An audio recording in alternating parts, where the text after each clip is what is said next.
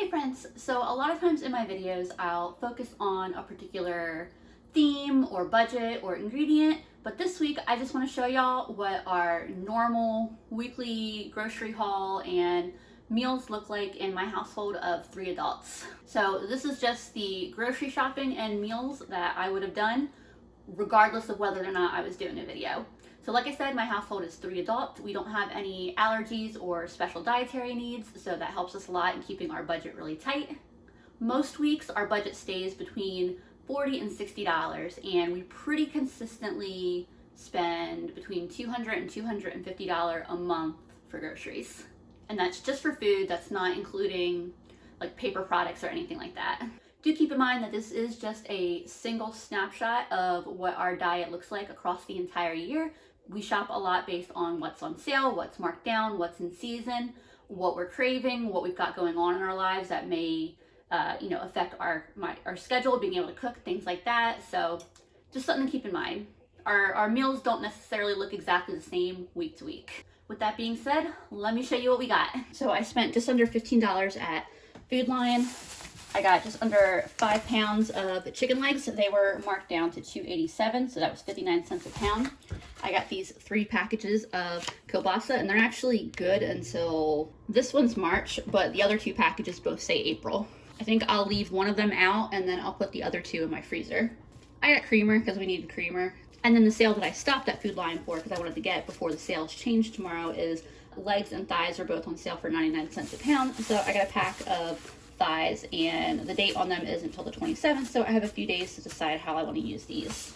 This was my Harris Teeter haul. I spent about $13. This was also one of the places where I wanted to take advantage of sales before they were done for the week. The cans of beans were 45 cents each. I do cook with a lot of dried beans, but I like to have cans of beans because, I like to have the forethought to make dried beans when I need them. Sometimes I'm running late on dinner and I think of something that I want to use beans with at the last minute, so that's where these come in. The tomatoes were buy one get one free at 99 cents, so basically 2 for $1 on tomatoes. The brats were $1.99. They're gonna go straight in the freezer. Sour cream was on sale 3 for $5, so it was like $1.67. I was excited about all of this asparagus. I got off the discount produce rack, $1.25, and then I have this escarole that I got for $1.25. I had to look up how to pronounce that and how to use it because honestly, I've never had the screen before. And then last but not least is Aldi. I actually stopped there yesterday. That's why there are a few jalapenos missing. But I wanted to include it with the groceries anyway because most of the stuff is stuff that's going to be used this upcoming week. The jalapenos were 89 cents for half a pound. The peppers were $2.49. Can of corn for 61 cents. Ricotta for $2.39. I have a couple containers of mushrooms in the fridge that I got pretty cheap at Aldi around a week ago. I've been meaning to make some ravioli with them. Bag of onions was $2.29 for 3 pounds, and then broccoli crowns came to $2.15. So I'm about $29 in right now, and these are all the groceries I have for the week. Before I put the groceries in the fridge, let me show you real quick what I have now. A couple things of mayonnaise. Those are empty of pickles. It's just the brine, some garlic spread, a trace amount of Parmesan that I want to finish up to get it out of the fridge, margarine, which I have from, I think it's still from a Dollar Tree video, a little thing of milk that's almost empty. I might have to add some dairy to my list for the rest of the week, a little bit of carrots. My cheese drawer stays full, a little bit of Parmesan. I think there's like 1 slice of cheese down there, and then a bunch of bags, and that's because I buy them when they're buy 2 get 3 free, and so they end up being like $1.40 a bag, and I just bought these like a couple weeks ago, so I'm stocked on cheese right now. This shelf, my mom bought these, I think she said for like $1.99 in case Andrew and I like go out this weekend or something and we're not here for dinner. She can just make herself those. A little bit of broccoli left from last week, some leafy greens that I don't know if there's any life in them. My big tub of gochujang. I bought this for $1.25 a week or 2 ago. I got this summer sausage for free on the Buy Nothing group. These don't technically need to be refrigerated, but when I got it, it had been refrigerated, and so I was like, let's just keep up with that. Some eggs.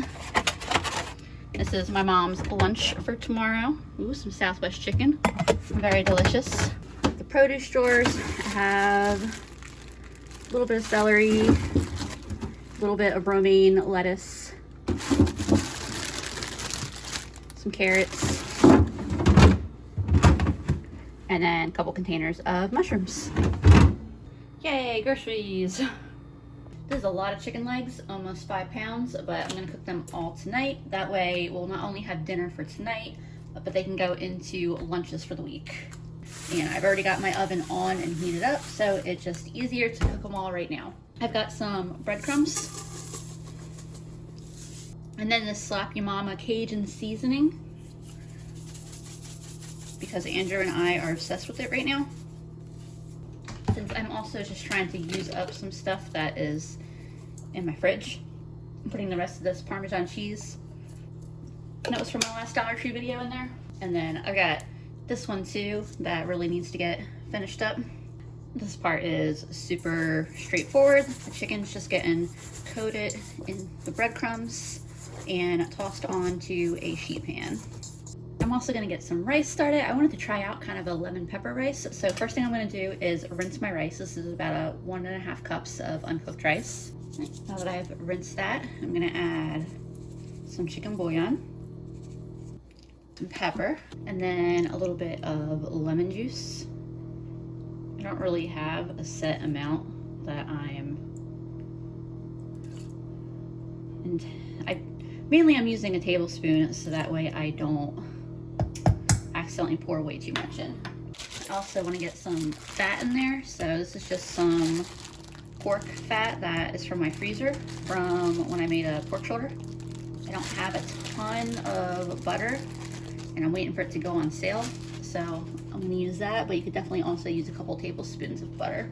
And I'm going to add 2 cups of water to this. I washed my asparagus, and I'm just cutting a little bit of the ends off, and then I'm cutting the asparagus in half. I think long asparagus looks prettier on a plate, but I think smaller pieces of asparagus are easier to eat. And it's also easier to pack the leftovers up for lunches. I season my asparagus usually pretty simply with just some salt and pepper. By the way, you ever learn how a fruit or vegetable grows and it feels like a joke to you? That's how I feel about the way that asparagus just grows up out of the ground.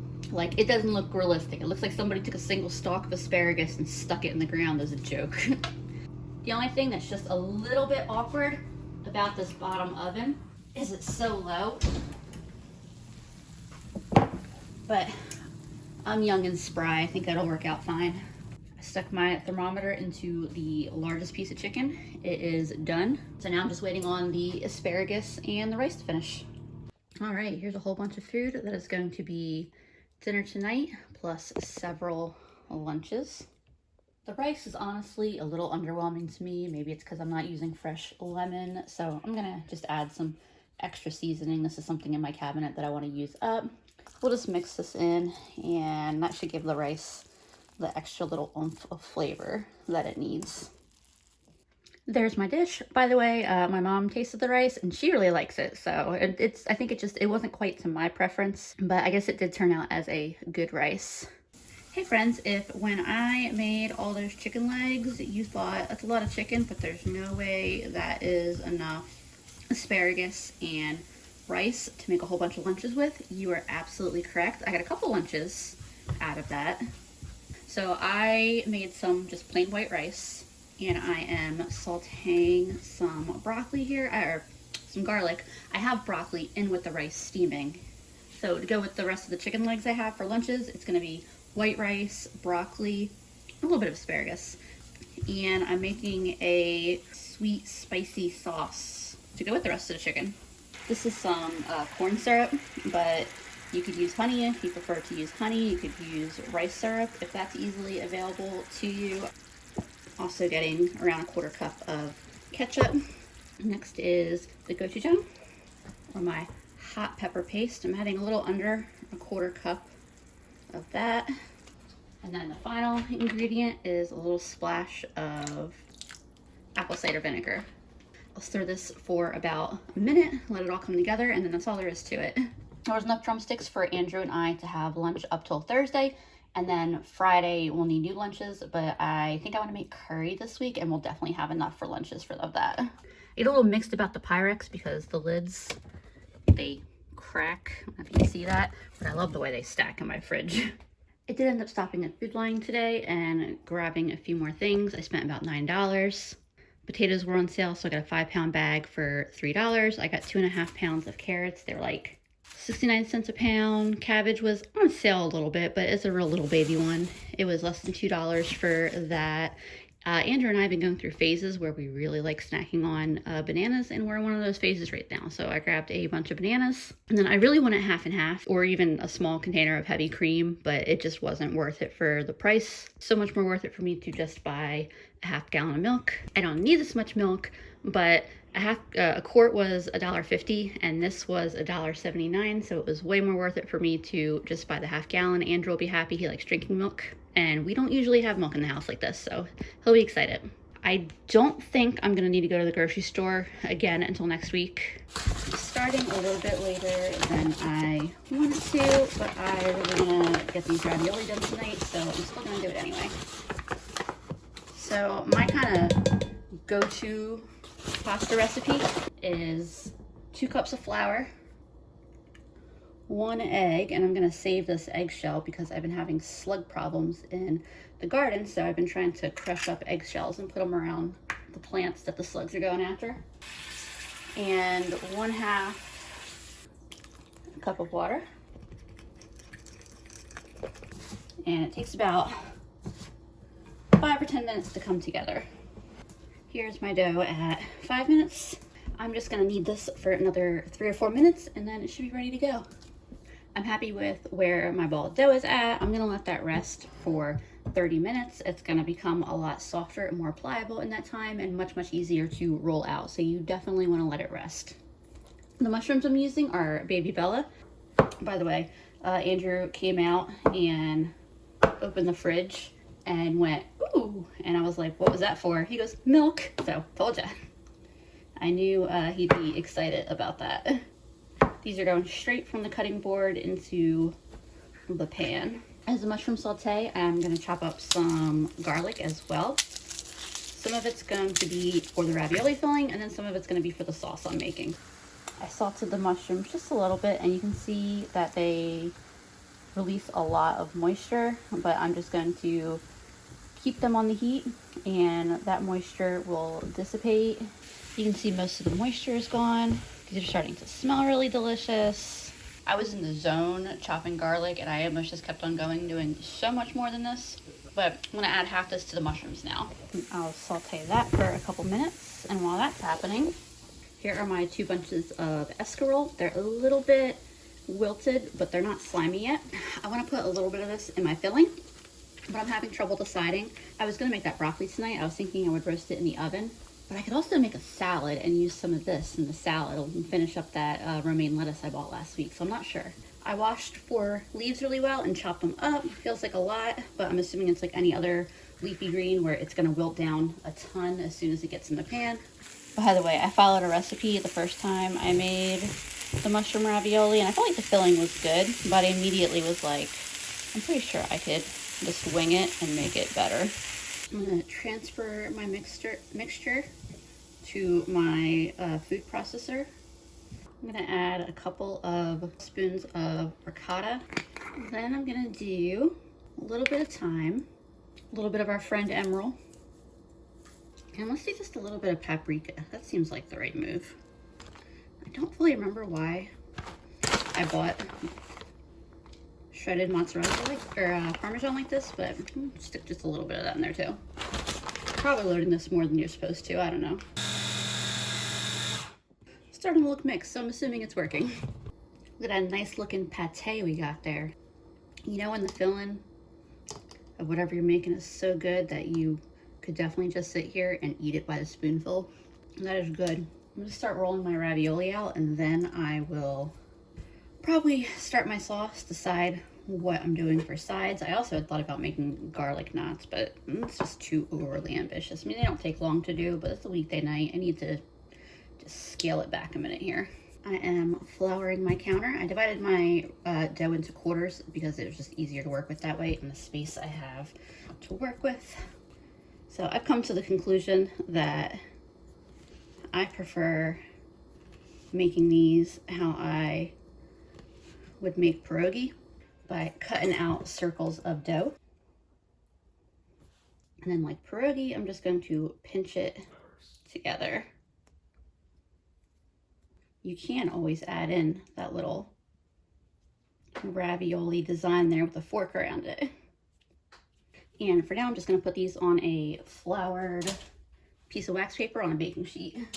So I have 22 ravioli right now. I think that is enough for dinner tonight. I think what I will do is wrap my dough and put it in the fridge and put this in a container in the fridge and get the rest of dinner made, and then I'll come back and finish these ravioli a little later. While I'm washing my greens, I've got some garlic going for my sauce. All right, I just added a tablespoon of flour. My garlic may end up on a little more on the well done side. I'm still getting used to the heat settings on the stove. I thought I had it plenty low. Maybe I was wrong, I don't know. I'm just going to cook this flour for a minute. All right, I do want to add a little bit of broth. I just made that real quick with some bouillon. It's only about 1/3 of a cup, maybe coming up on 1/2 of a cup. This is older milk that I want to use up first. You see there was not much left at all. And then here's some of the new milk. Probably about a cup or so of milk that I've added. It's starting to simmer very lightly, so I'm gonna put a nice handful of Parmesan in it. I'll let that melt in. I just had a taste of my sauce. It's just about done. I'm adding a little bit of Worcestershire and a little bit of pepper. I have salad. I used the rest of that romaine and a bunch of that esparol. I can't remember what it's called now. Fresh ravioli only need to cook for a couple minutes. So I'm gonna gently drop these in. You can see that they float when they're done, and so I'll just get those out and into a bowl. My battery's about to die here, so I'm gonna be quick. I steamed about half of the broccoli that I bought this week. I have my salad in a separate bowl over here because I gave up trying to put it on the plate. But there is my ravioli. I'm not gonna lie to y'all and pretend like this was just a quick and easy weeknight meal, because that would be ridiculous, but I had the energy for it today, and I will say it was worth it to make it because it's really delicious. Tonight's dinner is chicken and lentil curry. So to get started on that, I'm going to dice up some onions, carrots, and celery and saute that in a pan. I have my big cast iron pan over here. And then of course I'm making sure to save all of these skins for when I make broth later. Curry night is always an exciting night because it is a favorite meal in this house.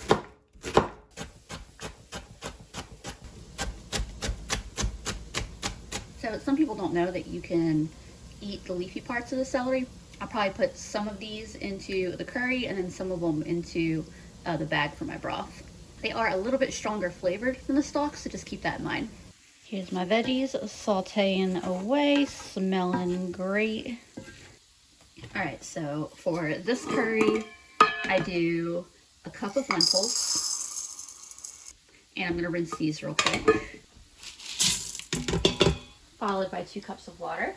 If I had made chicken broth already this week, I would have used that in place of those 2 cups of water and then the bouillon that I'm about to add.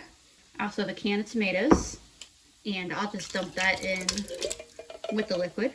Next, I'll add 2 tablespoons of this red curry paste. I go a little heavy-handed with my tablespoons because I just really like the curry paste flavor. A little bit of garlic, ginger. This freshly grated ginger smells so good. Cayenne's my preference, but since I don't have cayenne, I use some red pepper flakes. Do some black pepper.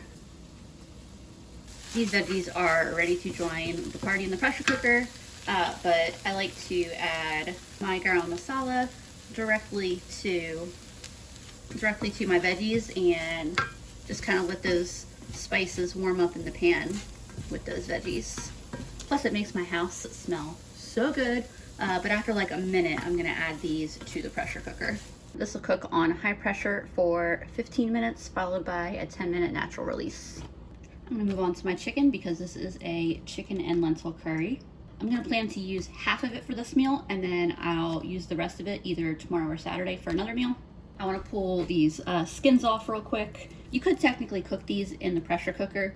I like the sear that I end up getting on the chicken by cooking it in the cast iron versus trying to cook all those veggies and also sear the chicken on the bottom of the Instant Pot. There's a lot of extra little pieces of fat and things like that on this chicken, and if that bothers you, you could absolutely cut those off. They don't bother me. In fact, I think that they're some of the best tasting parts of the chicken, so I will be keeping them on. Usually I can fit 4 thighs into one of these Pyrex round dishes, and I like the bag, using the bag just because I think it helps the chicken stay fresh a little longer, and then that goes directly back into the fridge. If you're someone who likes eating chicken skin, you probably don't need to guess why I have the chicken skins in there. When they get crispy and oh, so good, so good, so good. So I'm just gonna sear this chicken on both sides, and then I will lower the heat and put a lid on it, and it should be done about the same time that I'm ready to pop the top off on the curry.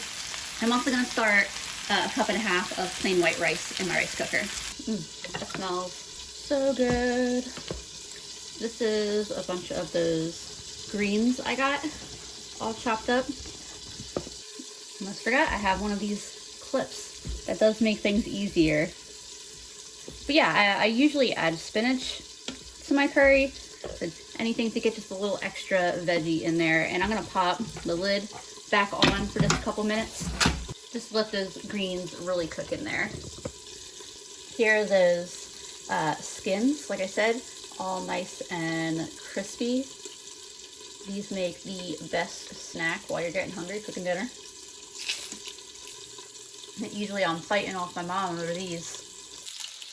These thighs should be fully cooked. So I'm gonna set them to the side so they can cool down, so that way I'm gonna be able to cut them. And while those are cooling down, so you see I have my pan here, and there's all these really good, super flavorful bits from the chicken, and that's why I like to really sear the chicken in another pan. The skins do put off a lot of fat, so I did drain out a little bit, like I spooned out a little bit of the grease, because I don't want it to be like overly greasy. And I'm gonna dump this in. So while this is still hot, I'm going to add 3/4 of a cup of milk. Cream is my preference. Half and half is usually my backup, and then this week we're just doing whole milk. It won't be as like luxuriously creamy as actual cream is, but that's okay. The rice is just about done. The chicken is cool enough for me to handle it now. All that's left is to chop this up and stir it into the curry. I like cutting the chicken like this because it makes just a few pieces of chicken go a lot further. Here's my little mountain of chicken. You can see I picked the bones pretty clean, and they're gonna go in the container that I've been putting all of my other bones into. So that way I can make some broth tomorrow. And then all that chicken just gets stirred in, and then it is ready to eat. And then there's the finished dish. We're gonna enjoy this for dinner tonight, and then we'll have a few lunches out of it. Here are 3 lunches for tomorrow, and then the rest of the leftovers. Hey friends, happy Friday night. So I have spent an absurd amount of time this evening trying to decide what I want to make for dinner, knowing I should make those chicken thighs, but honestly, I just don't want to, because I really want pizza. That's what I want. It's way too late to make a pizza crust with yeast and all that, so I'm going to do a quick version using some sour cream and some self-rising flour. I did start making some chicken broth earlier, so half my counter is taken up by my pressure cooker right now, but we're going to work around it. It'll be all right. I'm going to start off with about 3/4 of a cup of sour cream. And then it's going to end up being around a cup and a half of flour. I'll add a cup to start. This all just gets stirred together. It's at the point now where I'm going to switch to my hands for more effective kneading. It looks like a really dry, shaggy dough, but don't be fooled. Starting to stick to my hand, so adding just a little bit more flour, though I don't think this needs much more. This isn't really the kind of dough that you need to knead. It's really just making sure that the flour and sour cream are fully integrated. All right, I just spent a solid minute talking to y'all and I hadn't even hit the record button. That's how my night's going. But so what I did was I added roughly double the flour as the sour cream that I added, and I kneaded it and added flour just until it is super tacky, but I can handle the dough without it sticking to the bowl and to my hand and everything, because I am going to need to be able to roll this dough out. And then I just covered it in a little bit of flour, and I'm going to let it sit for a few minutes while I preheat my oven.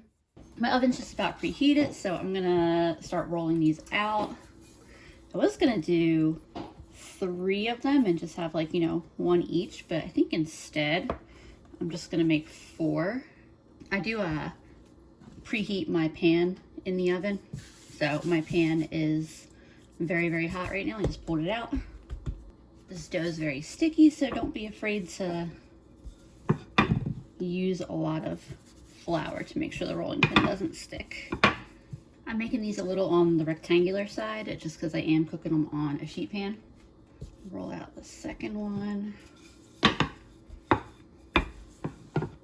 Oopsie, forgot to add sufficient flour on top. Pizza sauce. Spread that around. This is what I have been craving. Pizza with some ricotta. Next we'll get some mozzarella on there. We'll use up this ridiculously small amount of Parmesan that's been in my fridge for who knows how long. And then some freezer pepperoni. I baked these for about 8 minutes and took them out to brush the crust with a little, basically like a garlic and margarine spread that was in my fridge. And then I'll pop these back in for a minute or 2 and they should be good. I mean, everything is melty. You can see the crust is browning and looking nice and crisp. And here's the second batch out of the oven. For some reason, I noticed that these are easier to cut with a knife than a pizza cutter.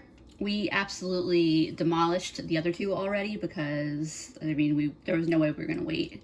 Saturday's lunch was the remainder of the curry with some flatbread that I made with a little bit of sour cream and self-rising flour.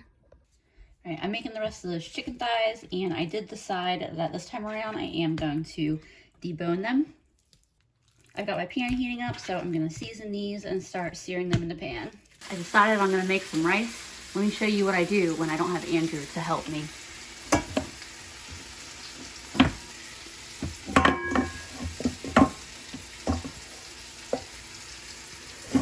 Success!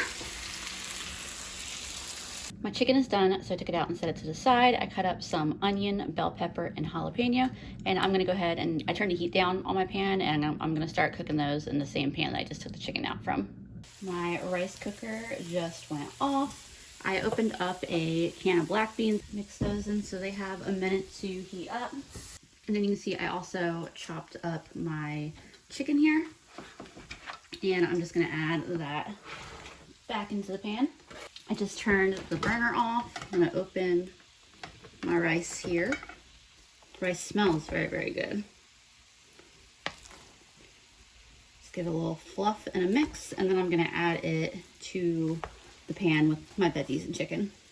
I just tasted that, absolutely delicious. The last thing I'm gonna do is I have these tostada shells that we bought, I don't know, probably at least a couple weeks ago. And they've just been hanging out on my shelf, probably getting stale or okay, because we're gonna just pop them in the 350-degree oven for like 3 minutes, and that'll bring them back to life. And here's what my plate looks like. Get a little bit of my homemade hot sauce on there. I am excited for pepper season. I planted a whole bunch of new varieties, and I'm so excited to make some new hot sauces. For Sunday lunch, I'm throwing together some soup for us. I've got that chicken broth heating up. That's one of the jars. I may add some more. And then I've cut up some carrots and potatoes. These are the last of last week's potatoes, or week and a half ago's potatoes, I don't know. Potatoes that we've had for a little while, the bottom of the bag. And then a couple carrots, and I'll add those to the broth and cook them and soften them. And then I've got like half a bag of egg noodles that's been in my cabinet that I will also toss in. Since my broth is unseasoned, I do also need to season the soup, which I'm doing with a little bit of Worcestershire, some black pepper, some onion powder. Get some of that emerald in there. I'll let this cook for a few minutes and then I'll give it a taste. I put some of those greens in. I turn the heat off. I'm just gonna adjust the seasonings, and this is our lunch. Tonight I'm making pierogi for dinner. I made my pasta dough the exact same way as I made it for the ravioli. 2 cups of flour, 1 egg, and a half a cup of water. So I'm gonna set that aside and let it rest for 30 minutes, and I am gonna cover it, and then I'm gonna get my filling started. For the potatoes, I didn't really think about how much I was grabbing. I just grabbed probably a couple pounds worth. I'm not bothering peeling them. I don't mind the skins in with my pierogi, but obviously that is just a personal preference. And I'm just cutting these up into smaller pieces real quick, and they will go into my pressure cooker on high pressure for 5 minutes. Probably grabbed a little bit too much potato, but that's okay because I can just make some extra like mashed potatoes out of it if I have any extra filling. Definitely not a big deal. Here are my potatoes. I'm gonna season them with some salt and pepper.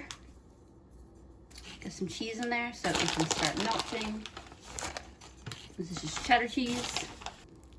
Using my mixer would be easier, but I don't feel like getting it out, so I'm gonna see if I can get away with just using my little hand masher here. I got out my milk. This is how much is left. I told you Andrew was gonna be really excited about me getting it, but I don't think I'm gonna need any milk for this, actually. I'm really liking where this texture is at, and I don't want to throw them out any more than this. I added just a little bit more cheese and some onion powder, but this is almost good to go.